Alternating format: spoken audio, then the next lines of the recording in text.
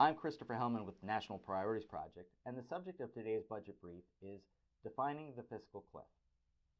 You've probably heard the phrase fiscal cliff used a number of times, but you may not be sure exactly what it means. Right now, pending in Washington, there are a series of tax increases and funding cuts scheduled to go into effect in early 2013.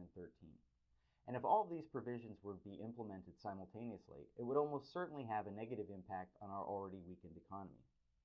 The good news is, we at National Priorities Project view this more as a fiscal obstacle course that needs to be navigated, rather than a cliff off of which we might jump.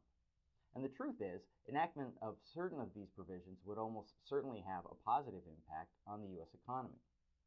The two main topics of discussion in Washington right now are treatment of the expiring Bush-era tax cuts and a series of across-the-board spending cuts known as sequestration. Sequestration would take roughly $1 trillion out of domestic programs in the military over the next decade.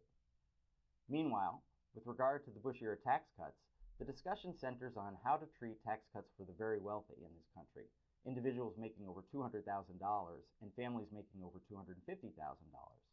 The Obama administration has proposed extending tax cuts for all but the very wealthy, while Republicans in Congress refuse to have a discussion about extending tax cuts unless they extend tax cuts for all Americans.